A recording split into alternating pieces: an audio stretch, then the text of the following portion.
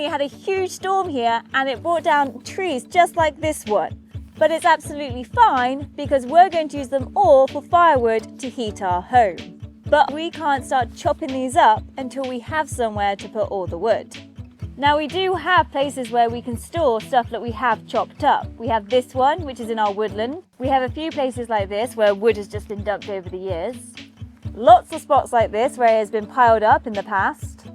An empty little wood store left by the previous owner, thanks a lot. And this one, which is behind the house, which is almost empty, way too big to keep the wood dry, and you have to climb in it to get anything out of it. So this situation needs fixing, especially because collecting firewood for our log burners is a daily event, so it's important we can do so easily, not to mention needing somewhere to store the wood from the fallen trees.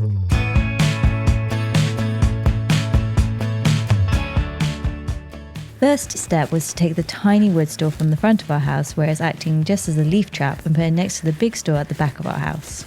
And then on to clearing out the big store. All this wood came from when we stripped down the useless decking underneath our porch in front of our barn a couple of weeks ago. That needs to be out the way, but we are going to be using it shortly. And then there's the small amount of actual firewood stored here that can be moved to the small log store as a temporary measure. And as we're stacking this up here, it made us realise how important it's going to be when we cut our own wood up to make sure it's all the same length. So we've now emptied it of all the wood that we think is usable, putting it in a temporary wood store just on our driveway for now. The idea is to use all that over the winter. So for now we're focusing on getting this wood store sorted so we can now put some wood in here. And there is absolutely no science to this process whatsoever. We are just grabbing bits of timber that we have lying around the place and screwing them together to form the right shape or structure that we want. The main priority is that the wood is off the ground and there is a decent back to the store to prevent stuff from falling out of reach. Beyond that, we're literally making up as we go while trying not to injure ourselves. So as you can see, it's starting to come together with the back frame going in, or at least it was until the weather forced us inside, which didn't really matter as it was Christmas Day soon. It has rained non-stop for a week, but it is Boxing Day today and the sun is out, so we are going to get on with this part of the project so we can then get on with the cool stuff afterwards. So as we get on with putting the base together, there are two challenges. The first is for me to resist the urge to go and play with the chainsaw and axe that I got for Christmas. The second is to make sure that we use as much of the leftover wood as possible. And there really is something incredibly satisfying about using materials that a couple of days ago were just used as scrap and had no need for. One of the cool things about living here in the countryside and projects like this is that we can focus on creating something functional and practical ahead of looking flash and expensive. Of course, there are definitely going to be projects where we want the finished results to look really nice. In fact, we have big plans for the disused swimming pool, for example. But when it comes to things like this, it just needs to do the job. Okay, we are done for now, which is good because the weather has decided it's no longer going to play ball. There's a couple of minor bits of trimming to do yet. We've got some old trellis panels we found. We're going to do the sides with those. But that's all very quick and easy stuff I can do at any point.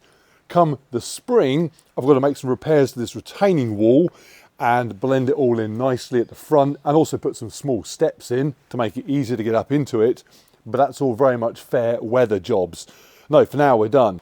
Right, so here's the situation. We've got land that is on both sides of this little river, and on both bits of land there's wood that needs processing, mostly from trees that fell down in the recent storm.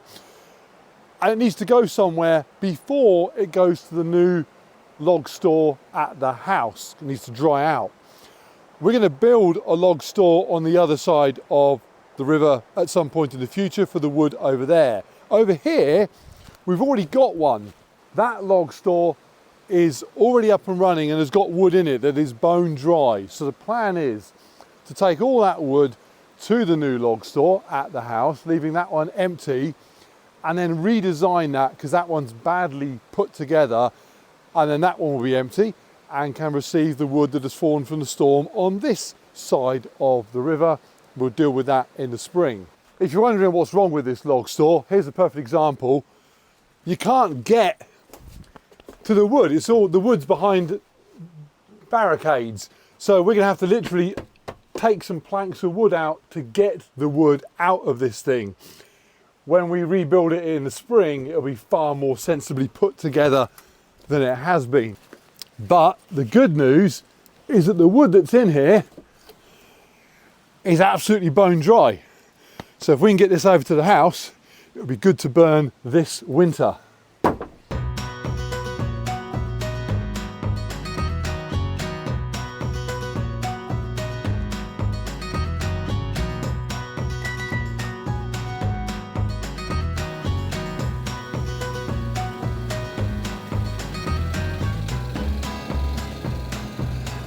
And the process of loading up the trailer begins, and then has to stop a while we use ratchet straps to hold the trailer together again.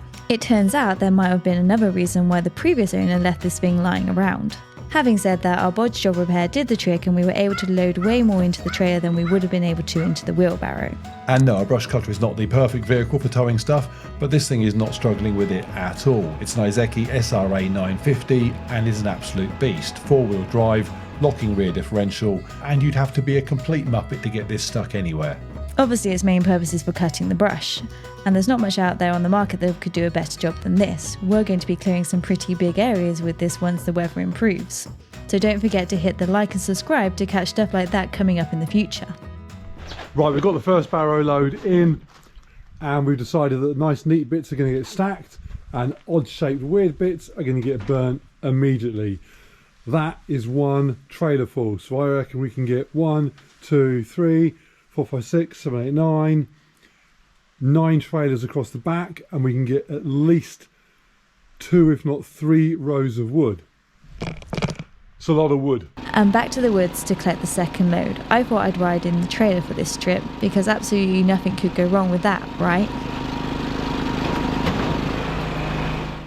This trailer is designed to haul large agricultural items. It's not designed to haul a gen. That's my butt. 200-year-old oak tree, no problem at all. Jen's butt destroyed it instantly. Not content with almost killing myself in the trailer, I decided to have a go with the axe. Something we realised as we were unloading the wood store here was that lots of these logs had been chopped up to burn on the campfire in this clearing in the woods, so they are way too big to actually fit on the log burners. That meant that some of them needed to be split and some of them just needed to be sawn much shorter, which made Mark happy because he got to use his chainsaw. And having chopped up that lovely dry wood to a perfect shape and size, all we needed to do was get the wood back to the store without getting it wet, which is basically as simple as keeping it off the ground. Why are you even trying to go backwards? Why? We didn't tell me about it. Why? Where do you want it? Here?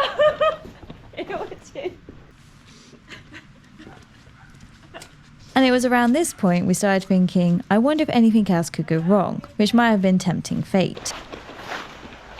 There was a moment today where I thought this job was going relatively smoothly. For the last 4 hours I haven't been thinking that because I've been trying to get the brush cutter out of the mud. It would not be appropriate or fair to say which one of us got the brush cutter stuck in the mud. Suffice to say, it wasn't me.